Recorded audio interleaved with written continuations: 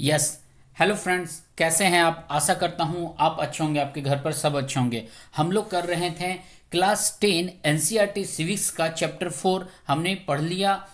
Chapter 4 को, chapter का नाम है जाति धर्म और लैंगिक मसले। ये भी हिंदी में मैं करवा रहा हूँ एनसीईआरटी को। ये सभी कम्पिटिटिव एग्जाम के लिए लाभदायक है, खास करके union public service commission, state public service commission commission और जो टीचर्स वाले एग्जाम होते हैं, जो टीजीटी पीजीटी सीटेट, वो सब के लिए ये लाभदायक है। ठीक है, तो चलिए आज ये चैप्टर तो खत्म हो गया, तो आज हम लोग इसके क्वेश्चन आंसर को करेंगे। ठीक है, तो चलिए मैं स्टार्ट करता हूँ इसके क्वेश्चन से। मैं अभी दो पार्ट में से क्वेश्चन से कर दूंगा। एक्चुअली हुआ है क्या, मैं अभी तुरंत ही लेक्चर लिया था, पूरा मैंने करा दिया था, लेकिन सॉफ्टवेयर में इश्यू आ रहा है।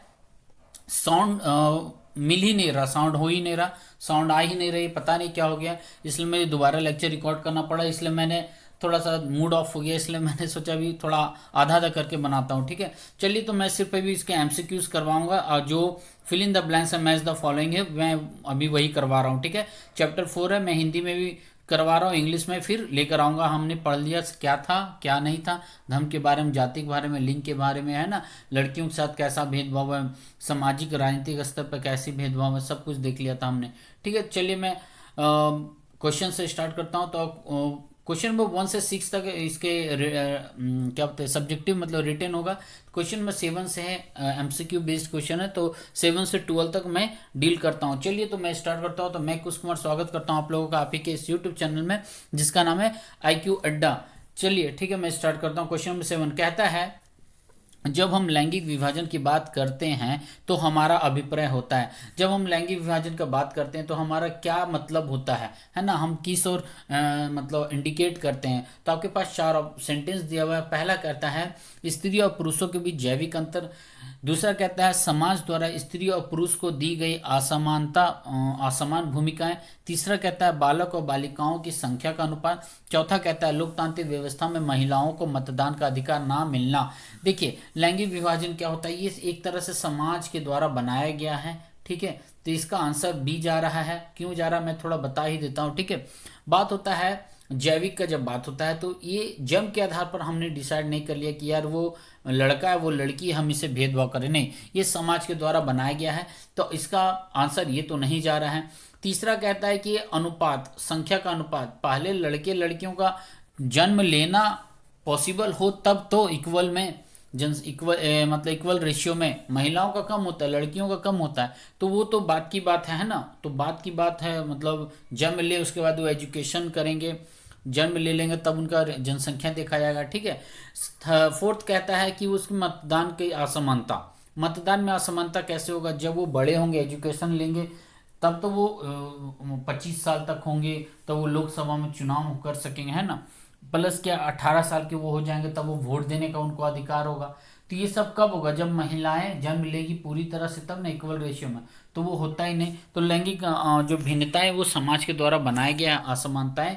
ठीक है, तो इसका आंसर क्या होगा, ऑप्शन बी होगा। ठीक है, आगे चलते हैं। क्वेश्चन नंबर 8 है। 8 क्या कहता है, कहता है भारत में यहाँ औरतों के लिए आरक्षण की व्यवस्था है। कहाँ पर आरक्षण की व्यवस्था है, लोकसभा में, विधानसभा या मंत्रिमंडल, या फिर पंचायती राज व्यवस्था में। हमने पढ़ा था पंचायती राज व्यवस्था में 1/3 मेजोरिटी, सॉरी, सीट रिजर्व है वुमेन्स के लिए, जबकि लोकसभा विधानसभा में नहीं है। क्यों, क्योंकि वो मांग कर रहे हैं यहाँ पे आरक्षण का 1/3 कम से कम।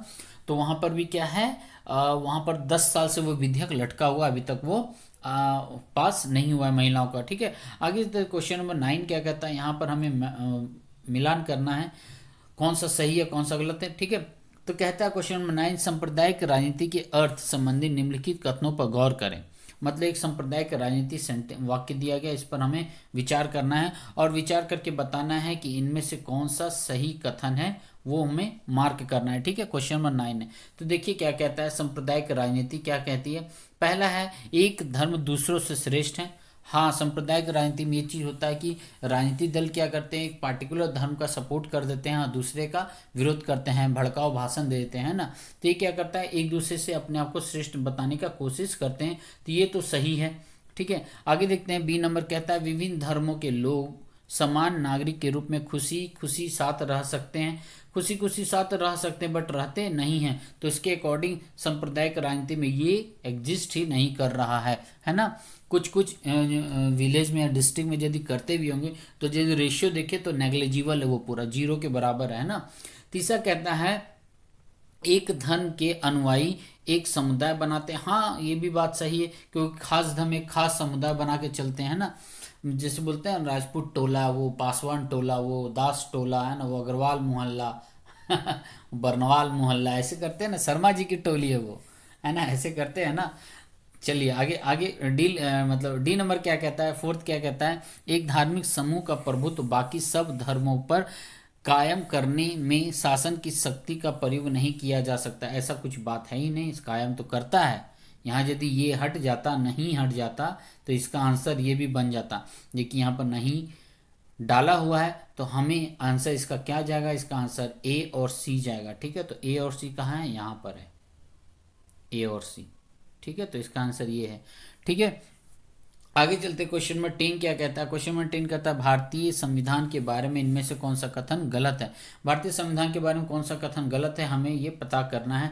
देखते हैं कौन सा सही है। तो पहले हम सही निकाल लेंगे तो गलत का पता चल ही जाएगा। तो कहता है, पहला कहता है यह धर्म के आधार पर भेदभाव की मनाही करता है। हाँ सही बात है, ये तो मना करता है ये कि हम भेदभाव नहीं करेंगे। दूसरा कहता है यह एक धर्म को राजकीय धर्म बताता नहीं, हमारा देश एक धर्मनिरपेक्ष है, कोई एक खास धर्म का नहीं है।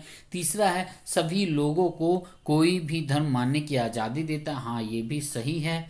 और ये कहता है किसी भी धार्मिक समुदाय में सभी नागरिकों को बराबरी का अधिकार देता है। हाँ ये भी बात है, किसी भी धार्मिक समुदाय में हर कोई बराबर है, कोई ऊंच नीच कुछ नहीं है, ये भी सही है। तो गलत कौन सा है, ऑप्शन बी मुझे मिल गया, ये गलत है। तो इसका आंसर जाएगा बी, या एक धर्म को राजकीय धर्म बताता, ये संविधान में नहीं है। तो 10 का सेकंड हो जाएगा इसका आंसर। ठीक है, क्लियर है। आगे चलते 11 क्या कहता है। 11 कहता है डैश पर आधारित सामाजिक विभाजन सिर्फ भारत में ही है। किस पर आधारित सामाजिक विभाजन सिर्फ भारत पर है, तो इसका आंसर होगा कास्ट, जात। इसका आंसर क्या होगा, जात हो जाएगा। ठीक है, क्योंकि जात के आधार पर ही भारत में सिर्फ विभाजन हमने पढ़ा था। ठीक है, एक लाइन एक्स्ट्रा कहाँ आ गया, हाँ समझ गया। तो इसका आंसर होगा जात। ठीक है, कास्ट होगा। बाकी अन्य देशों में क्या है, रंग के आधार पर है, भाषा के आधार पर, लेकिन भारत इकलौता ऐसा देश हमने पढ़ा जो जाति के आधार पर विभाजित है। ठीक है, आगे चलते क्वेश्चन नंबर 12 क्या कहता है। ये 12 है, मैच करवाना है। चलिए मैच करते हैं हम लोग।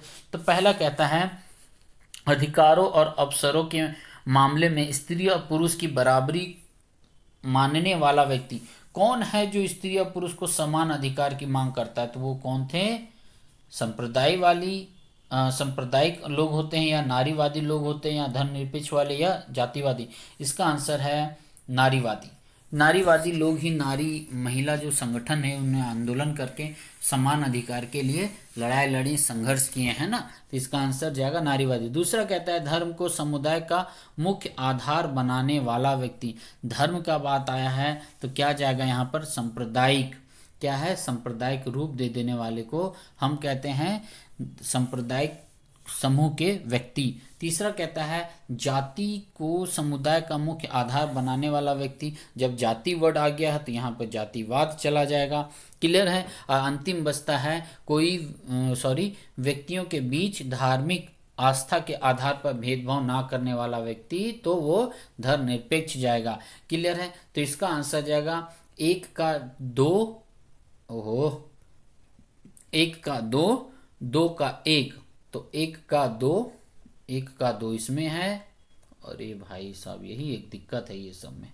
ठीक है, तो 1 का 2 इसमें है, 1 का 2 इसमें है, और 1 का 2 इसमें नहीं है, तो ये हटा दीजिए। इसमें भी नहीं है, ये हटा दीजिए, 2 बच गया। अब 2 का 1, तो 2 का 1 इसमें मिल गया मुझे। तो इसका आंसर हो जाएगा 2 नंबर, मतलब सा रे गा मा, 4 में हो जाएगा रे। रे इसका आंसर है। क्लियर है। ठीक है, तो चलिए यहीं तक आज रखता हूँ मैं। क्वेश्चन सब मैं कर देता हूँ, शाम में देखता हूँ रिकॉर्ड कर। शाम तो हो ही गया है, मैं 2-4 घंटा फिर से रिकॉर्ड करता हूँ, देखता हूँ सॉफ्टवेयर का क्या इशू है।